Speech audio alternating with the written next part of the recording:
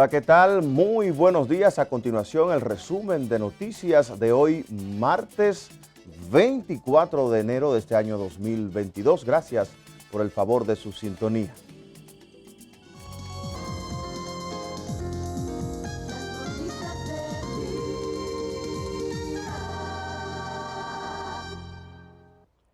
Iniciamos las noticias hoy, martes 25 de enero. Distintas personalidades, incluidos el presidente Luis Abinader y el expresidente Leonel Fernández, resaltaron las cualidades de Monseñor Agripino Núñez Collado, sepultado en el día de ayer en Santiago. Nixon Rodríguez dio seguimiento a las honras fúnebres y nos amplía la información.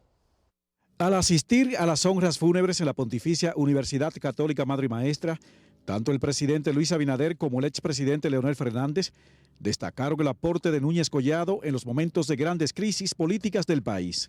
Quizás sus grandes aportes no se ven, porque fue lo que él evitó.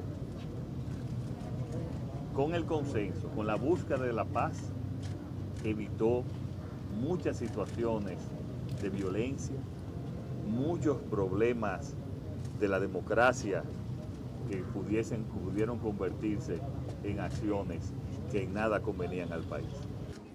Hablar de Monseñor Agripino Núñez Collado es hablar de la República Dominicana, porque está íntimamente ligado a la solución de conflictos, ¿no?, por los cuales atravesó la República Dominicana durante las últimas 4 décadas por lo menos. Es que el legado de Monseñor Agripino Núñez como gran conciliador es reconocido por casi toda la sociedad, principalmente en la década del 90. En tanto, el arzobispo de la diócesis de Santiago, Freddy Bretón, consideró que la gran honra que se le puede hacer a Núñez Collado es la madurez de la clase política dominicana. El nivel de civilidad que nos permita realizar nuestros procesos personales y sociales de forma civilizada. Durante la ceremonia fúnebre, Juan Núñez Collado recordó algunos momentos de la vida de su hermano. Un hombre de origen muy humilde, pero de una fe inquebrantable. Núñez Collado fue mediador de grandes conflictos sociales y políticos en la República Dominicana, entre estos el más relevante, el de la crisis postelectoral de 1994, en las elecciones reñidas entre el doctor José Francisco Peña Gómez y Balaguer, donde el país estuvo al borde de un baño de sangre de imprescindibles consecuencias. Realmente es una gran pérdida, pero es un gran legado que él dejó tanto en la educación como un gran mediador a nivel nacional. Pero la vida de Agripino Núñez no solo se limitó a soluciones de conflictos, ya que sus aportes en el campo académico son evidentes. Fue rector de la Pontificia Universidad Católica Madre y Maestra durante 44 años. Al momento de su deceso, se desempeñaba como presidente de la Fundación Universitaria Madre y Maestra. También presidió el Consejo Económico y Social durante 15 años, así como asesor del Poder Ejecutivo. Cerca de las 6 de la tarde, los restos de Monseñor Núñez Collado fueron depositados en un sarcófago en la parroquia Anunciación, ubicada en la Universidad Pontificia Católica Madre y Maestra, en la ciudad de Santiago. Para Telenoticias, Nixon Rodríguez. Monseñor Agripino Núñez Collado es el segundo sacerdote en ser sepultado en un sarcófago en la parroquia Nuestra Señora de la Anunciación. Onelio Domínguez nos explica esa decisión. Que mueren son sepultados en un sarcófago, pero mucho menos con todos los actos fúnebres ni la solemnidad que amerita.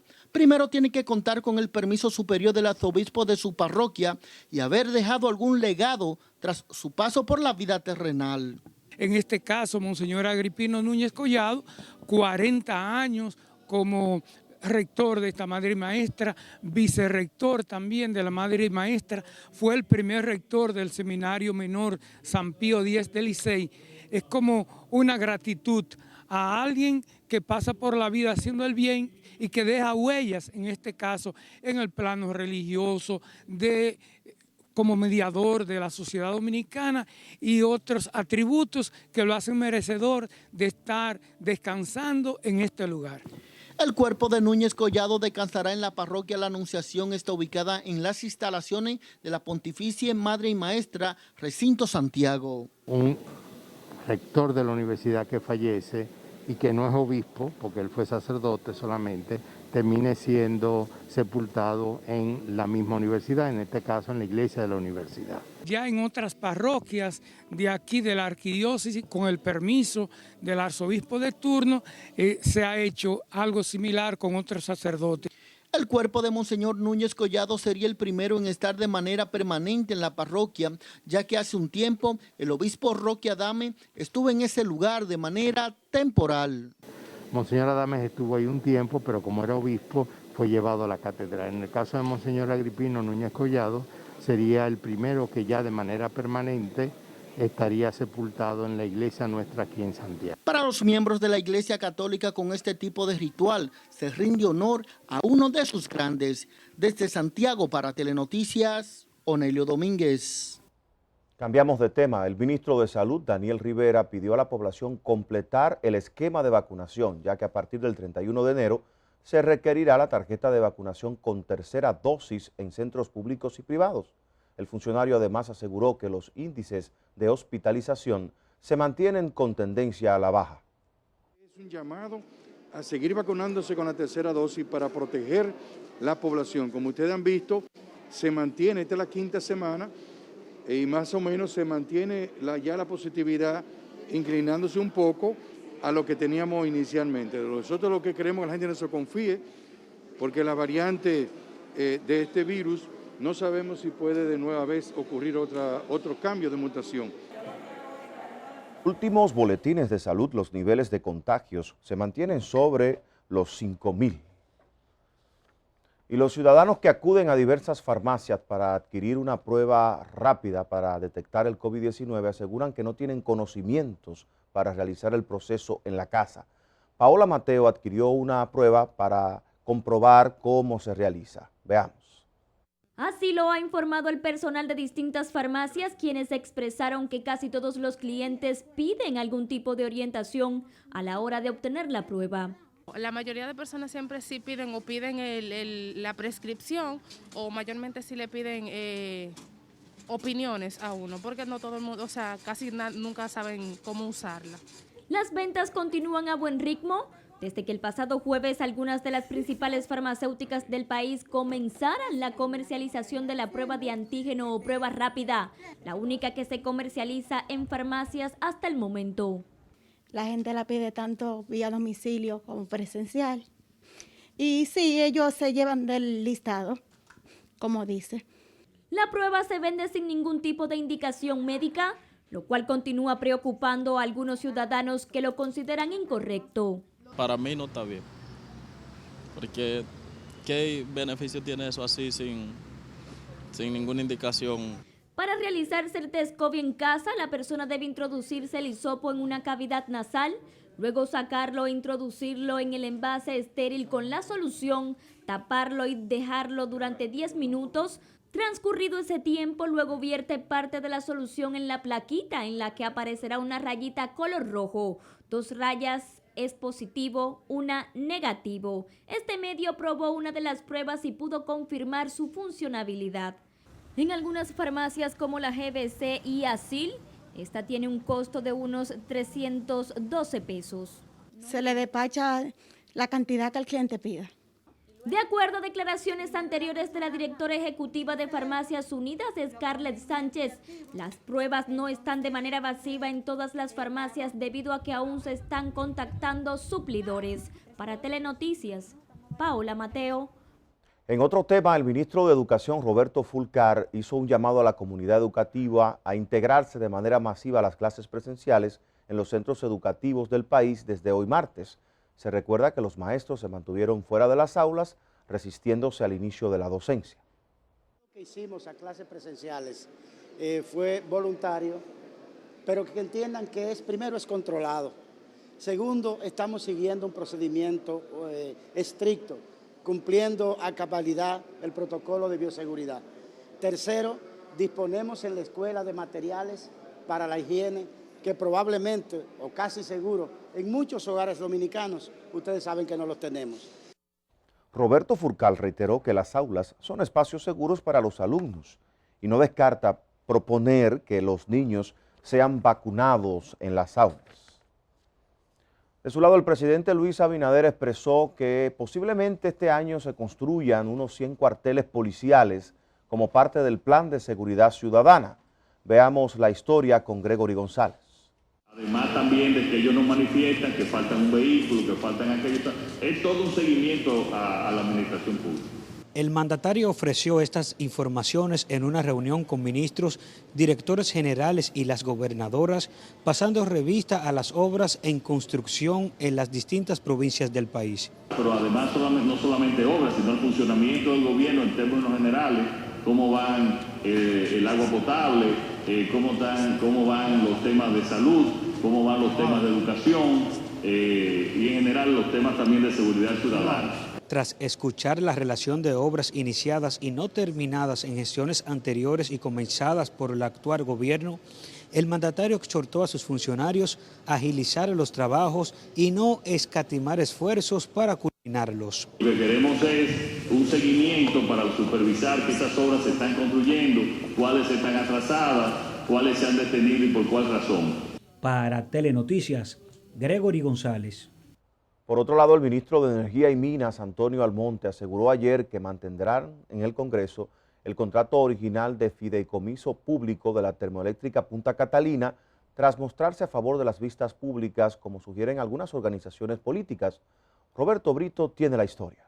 El funcionario se mostró de acuerdo en que la pieza sea debatida en una vista pública para que los que estén opuestos al contrato de administración y operación conozcan su contenido.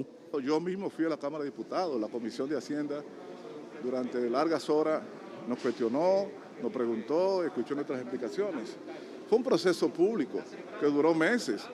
Que alguien se entere en enero, eso no tiene que respetarlo, pero eso tiene meses el año pasado haciéndose. Antonio Almonte defiende a capa y espada la pieza legislativa del fideicomiso de las termoeléctricas aprobado en la Cámara de Diputados. Sin embargo, la oposición insiste en que el contrato no es confiable para el país. Censuramos de manera categórica la pretensión del gobierno de privatizar bajo el seudónimo de fideicomiso o de capitalizar bajo los seudónimos de alianza público-privado, que lo que estamos observando que este gobierno le está entregando jugosos contratos para que los ricos de este país se puedan alzar con el santo y la limosna. El proyecto fue aprobado por la Cámara de Diputados y pasa al Senado para su valoración. Para Telenoticias, Roberto Brito. Hablemos ahora del tema justicia. La Dirección de Contrataciones Públicas y la Unidad Antifraude de la Contraloría General de la República encontraron indicios de violaciones penales al revisar las cuentas de pasadas gestiones en el Instituto Nacional de Bienestar Estudiantil INAVIE. El director general de Contrataciones Públicas, Carlos Pimentel, informó que los hallazgos serán remitidos a la Procuraduría General. Durante una visita al nuevo director ejecutivo del INAVIE, Víctor Castro, el titular de la Dirección General de Contrataciones Públicas explicó que la información recabada hasta el momento involucra a exfuncionarios del pasado gobierno y de las autoridades salientes en el gobierno actual, así como a proveedores que incurrieron en modalidades de contrataciones fraudulentas.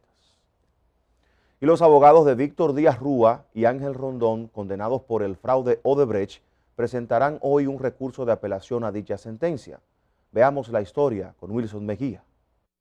El abogado Miguel Valerio, representante legal de Víctor Díaz Rúa, quien fue condenado a 5 años de prisión junto a Ángel Rondón, que recibió una condena de 8 años, explicó que las motivaciones de la sentencia carecen de fundamentos, por lo que entiende que Víctor debe ser absuelto. Nosotros tenemos una crítica muy fuerte a esa sentencia porque debieron exonerarlo de lavado de activos, porque evidentemente el lavado de activos exige un delito precedente. Si el delito precedente por antonomasia en este caso era el soborno y se provoca al ingeniero Víctor Díaz Rúa, como hemos dicho desde el primer momento, no se le entregó soborno, porque al ingeniero Víctor Díaz Rúa lo condenan por lavado. El abogado señaló que debido a todas las ambigüedades de la sentencia, es que debe ser corregida. En esta etapa del proceso, en la apelación, que es una etapa superior al juicio de fondo y una corrección que se le hará a la sentencia, evidentemente que nosotros estamos aspirando a que el ingeniero Víctor Díaz Rúa quede absuelto de los cargos penales. De no obtener la absolución, el abogado indicó que agotarían el último recurso. Evidentemente que habría el recurso de casación y entonces ya ahí se vería si el derecho fue bien o mal aplicado. Pero por ahora nosotros estamos confiados de que en apelación, dado que se justificó el patrimonio del ingeniero Víctor Díaz, dado que no se le probó enriquecimiento ilícito, dado que no se le probó soborno, ¿cómo se le pudo retener lavado de activos? Se recuerda que los únicos condenados en el caso fueron Ángel Rondón y Víctor Díaz Rúa, en tanto que los demás quedaron absueltos. Para Telenoticias, Wilson Mejía. 2 hombres fallecieron ayer durante 2 sismos que sacudieron al suroeste de Haití, llevando al cierre de escuelas y el comercio. Ana Méndez con los detalles. En Acsabú, una pequeña ciudad costera a 130 kilómetros al oeste de la capital, Puerto Príncipe, un hombre falleció al derrumbarse un muro. En Fondenegres, a 20 kilómetros más al sur, la segunda muerte se produjo por un deslizamiento de tierra, mientras que el Departamento de Protección Civil de Haití no hizo públicas las edades de las víctimas. La entidad informó que el primer movimiento ocurrió a las 8:16 a.m., hora local, que tenía una magnitud de 5,3. El segundo ocurrió casi una hora más tarde con magnitud 5,1. Ambos tuvieron epicentro en la península sureña de Haití, al oeste de la capital, de acuerdo con el Servicio Geológico de Estados Unidos. Añadió que fueron afectadas 35 viviendas con grietas ocasionadas por el fenómeno.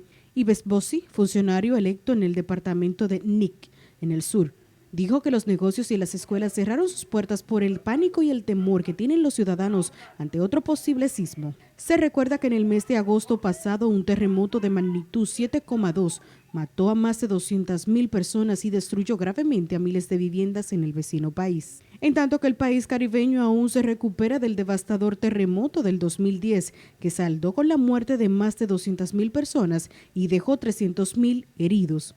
Para Telenoticias, Ana Méndez. Así finaliza este resumen de noticias. A continuación, el psicólogo clínico, el doctor Luis Vergés, presenta su segmento de hoy con el tema La resiliencia ante las dificultades de la vida.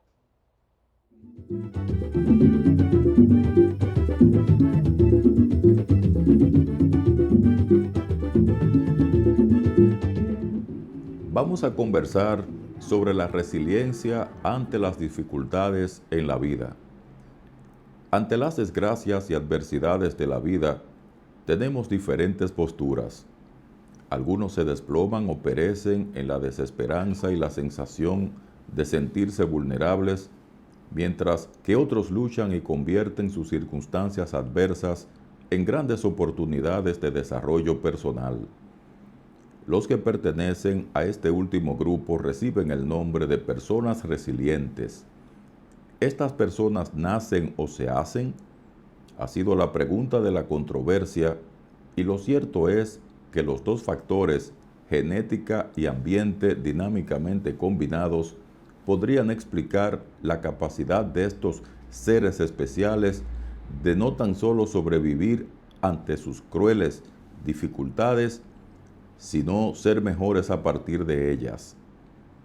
Los sabios estoicos de la antigüedad decían que cuando llegue una situación adversa e indeseada a nuestras vidas, debemos recibirlas como si la hubiésemos deseado, ya que no podemos impedirla. De ahí que los psicólogos de hoy recomiendan que al momento de enfrentar las dificultades de la vida, seamos resilientes, y para lograrlo, debemos aprender a ver cualquier tipo de desgracia como un desafío que, si bien es cierto que encierra dificultades, también tenemos en nuestro repertorio de respuestas la posibilidad de superarlas. De igual forma, contribuye a reconocer que podemos controlar la situación a partir de las capacidades que tenemos. La última recomendación es lograr comprometernos con el desarrollo de una actitud positiva y confiada que nos permita desarrollar nuestras acciones sin ser entorpecidas por el pesimismo. La resiliencia es un gran factor aliado a la salud mental.